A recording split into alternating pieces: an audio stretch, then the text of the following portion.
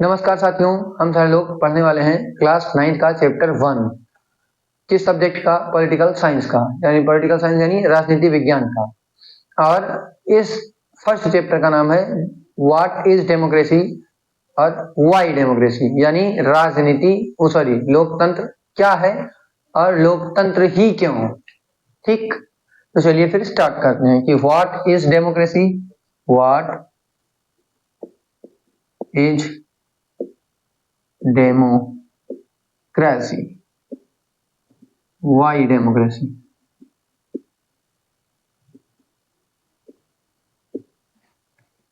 अगर आप सारे लोगों ने इसके पहले की वीडियोस देखी होंगी, पिछले इसके पहले के लेक्चर देखे होंगे, तो मैंने आपको जब प्रियम्बल पढ़ाया है, प्रियम्बल यानी प्रीफेस ऑफ द कॉन्स्टिट्यूशन यानी संविधान का पहला पेज, तो मैंने आपको प्रियम्बल की कुछ खासियत यानी क्वालिटीज बताई थी, और उस क्वालिटीज में एक क्वालिटी डेमोक्रेटिक भी था। और मैंने डेमोक्रेटिक का यानी डेमोक्रेसी की डिफिनेशन बताई थी आपको। डेमोक्रेसी क्या है? Democracy is the form of government, यानी सरकार का एक ऐसा रूप है where the leaders are directly elected by the citizen. मतलब जो नेता होते हैं वो वोट देने के बाद जब वो जीत जाते हैं तब आते हैं। इसका मतलब ये कि हम लोग नेता के ऊपर कंट्रोल करते हैं, है कि नहीं? अगर नहीं करेंगे तो नेता फिर अपने मन के हो जाएंगे, कुछ भी कर सकते हैं। और हर 5 साल बाद अगर उनका चुनाव ना हो तब तो एक बार जो आदमी चुनाव में जीत के चला गया, ठीक है, उसको कोई डर ही नहीं होगा। और अगर डर नहीं होगा तो चाहे वो हमारी बात माने या ना माने। अभी तो डर है किस चीज का? कि अगर हम वो काम नहीं करेंगे तो हर 5 साल बाद फिर से मैं जमीन पे आ जाऊंगा। है, ये बात सही है कि नहीं? तो वही बात है कि जो डेमोक्रेसी है इसमें क्या है, जो लीडर्स होते हैं वो इलेक्टेड होते हैं, मीन्स इलेक्टेड लीडर्स का प्रोविजन होता है। चुनी हुई सरकार का यानी इलेक्टेड गवर्नमेंट का प्रोविजन होता है, इलेक्टेड लीडर्स। यानी डेमोक्रेसी क्या है? सरकार का एक ऐसा रूप है, गवर्नमेंट का एक ऐसा फॉर्म है। Democracy is the form of government where leaders are elected by the citizen. मतलब जो वहां के लोग होते हैं वो चुनाव में वोट डालते हैं, फिर जो आदमी जीत जाता है वो सरकार चलाता है। और ऐसी सरकार को हम लोकतांत्रिक सरकार यानी डेमोक्रेटिक गवर्नमेंट बोलते हैं। ठीक, तो अब हम इसके थोड़ा सा रूट वर्ड की तरफ चले चलें कि डेमोक्रेसी क्या है, कैसे है। डेमोक्रेसी एक वर्ड से बना है जिसका नाम है डेमोक्रेसिया।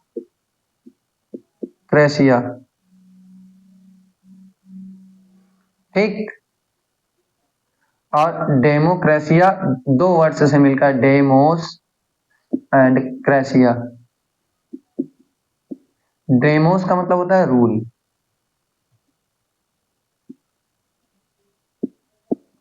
और क्रेसिया का मतलब होता है पीपल, मतलब रूल ऑफ पीपल यानी लोगों का शासन। हम लोग वोट दे रहे हैं तभी तो वो चुनाव आदमी जीत के जा रहा है। इसका मतलब हम ही लोग रूल कर रहे हैं, किसके थ्रू? उस नेता के थ्रू। और एक ऐसी गवर्नमेंट जिसमें लोग किसी पर्टिकुलर रिप्रेजेंटेटिव के थ्रू, किसी नेता के थ्रू शासन करते हैं, वैसी गवर्नमेंट क्या कहलाती है? डेमोक्रेटिक गवर्नमेंट यानी लोकतांत्रिक सरकार।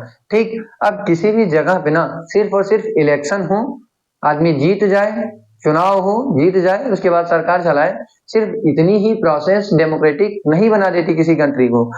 वो देश लोकतांत्रिक सिर्फ और सिर्फ चुनाव जीत के और आदमी शासन में पहुंच जाए उसको वो लोकतांत्रिक नहीं बनता, उसको हम डेमोक्रेटिक नहीं करेंगे, कहेंगे। तो फिर किसको कहेंगे?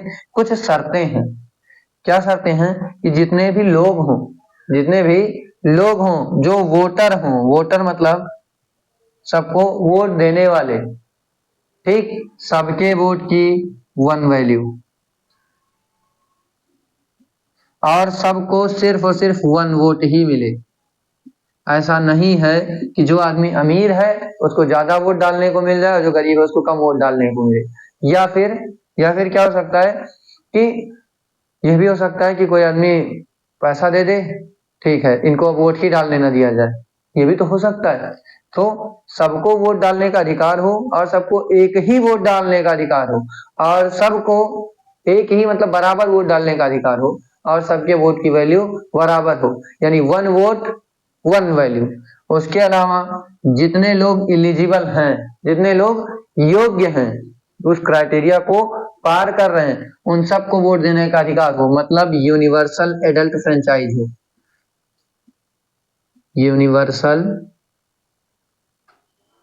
एडल्ट फ्रेंचाइज जो लोग 18 साल या उससे ऊपर हैं, ठीक, उन सबको वोट देने का अधिकार हो। मतलब एक सर्टेन क्राइटेरिया है और उस निश्चित दायरे को जो लोग पार कर रहे हैं उन सबको वोट देने का अधिकार है।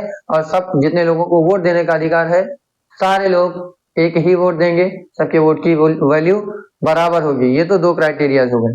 उसके अलावा और क्या होना चाहिए, और क्या होना चाहिए, इलेक्शन में मनी एंड मसल पावर का यूज ना हो। मतलब पैसा ना दें, यानी money use of no use of money and muscle power.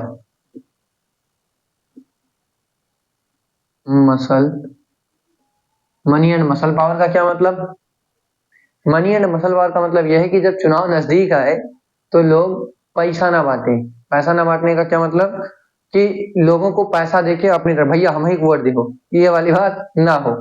उसके अलावा डरा धमका ना देखो तो काट दिया, ऐसी वाली बात नहीं होनी चाहिए। मीन्स किसी को पैसे के प्रलोभन से अपनी तरफ ना आकर्षित किया जाए और उसके अलावा क्या किया जाए, किसी को कट्टा वट्टा दिखा के भी अपनी तरफ ना किया जाए। मतलब मनी एंड मसल पावर का कोई यूज ना हो। उसके अलावा ये सारी चीजें हो गई, मान लो ये सारी चीजें सब कुछ हो गया, मनी एंड मसल पावर का यूज नहीं हुआ, लोगों को बराबर के वोट मिल गए, यूनिवर्सल एडेल्ट फ्रेंचाइज हो गया। उसके अलावा एक चीज और हो सकती है, no use of government, miss use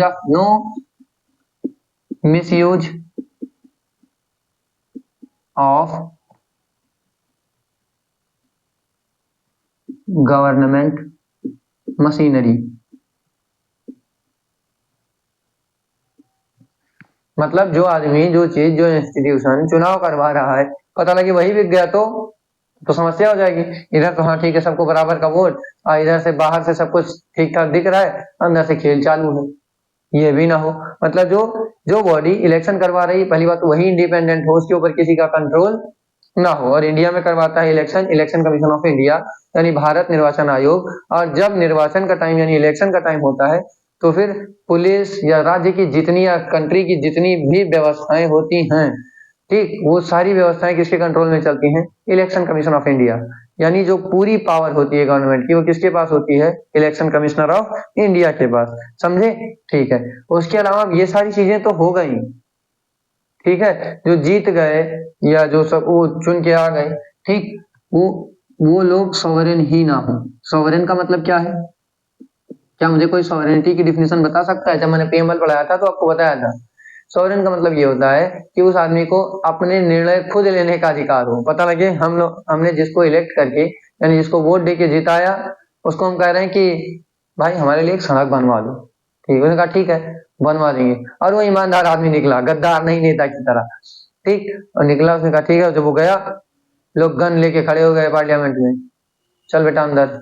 या फिर उसे कहा गया, वो वही आदमी भीख मांग रहा है कि यार मैं चाह रहा हूँ हमारे इलाके के लोग सड़क बनवाएं, और उसकी बात ही नहीं सुनी जा रही, तो इसका मतलब यह है कि वो सॉवरेन नहीं है। या फिर मान लो सारे लोग ठीक है कोई बात नहीं, एक पार्लियामेंट मेंबर ऑफ पार्लियामेंट होने के नाते हो सकता है उसकी थोड़ी सी प्रॉब्लम हो, लेकिन अगर मान लो प्रधानमंत्री है तो वो तो कहीं भी सड़क बनवा सकता है, ताज पुल जो भी बनवाना चाहे बनवा सकता है, ठीक। तो अगर वो चाहे बनवाना और उसी को ना ही बनवाने को दिया जाए, मतलब कि पावर जो है वो रियल पावर किसी और के पास हो, पावर का एंजॉय कोई और कर रहा हो, ठीक, तो क्या फिर उस आदमी को डिसीजन मेकिंग की आजादी होगी, सॉवरेनिटी होगी? नहीं होगी। जैसा पाकिस्तान में क्या है कि चुनाव भी होते हैं, ऐसा पाखंड भी बताया जाता है कि हाँ सबको बराबर के वोट मिल रहे हैं, सबके वोट की एक ही वैल्यू है, सारे लोग चुनाव लड़ते भी हैं, पॉलिटिकली सबको सब कुछ मिलता है, लेवल प्लेइंग फील्ड मिलता है, जिसका मन करे वो चुनाव लड़ ले, कोई दिक्कत नहीं। लेकिन जब चुनाव जीत के आते हैं ना, तो वो लोग पार्लियामेंट में बैठते हैं, लेकिन रियल पावर एंजॉय करती है आर्मी यानी सेना, जिसको चाहेगी अगले 2 दिन में सत्ता परिवर्तन हो जाएगा, यानी मिलिट्री कू हो जाएगा। तो ये बताइए कि पाकिस्तान की जो गवर्नमेंट है वो सॉवरेन है? नहीं ना।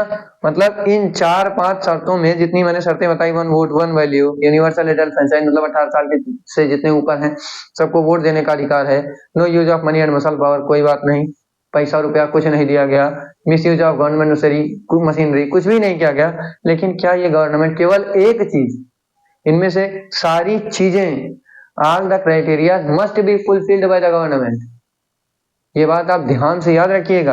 1, 2, 3, 4 और 5, ये 5 क्राइटेरिया कंपलसरी है किसी कंट्री के लिए डेमोक्रेटिक होने के लिए, ठीक है। अगर इसमें से एक भी क्राइटेरिया फुलफिल नहीं हो रहा तो वो कंट्री डेमोक्रेटिक नहीं होगा। तो क्या आप पाकिस्तान को डेमोक्रेटिक कंट्री कह सकते हैं या नहीं? अगर हाँ तो आप ताली ठोक दीजिए, लाइक ठोक दीजिए, ठीक। क्यों? क्योंकि आपका दिमाग गधे का है, ठीक है। ठीक है, तो पाकिस्तान एक सॉवरेन कंट्री नहीं है। पाकिस्तान की जो गवर्नमेंट है वो सॉवरेन नहीं है, इसलिए वो डेमोक्रेटिक कंट्री नहीं है, ठीक। अब आपका होमवर्क है कि आप कई सारे एटलीस्ट 3 डेमोक्रेटिक कंट्रीज का नाम कमेंट में मेंशन करेंगे, ठीक है। धन्यवाद।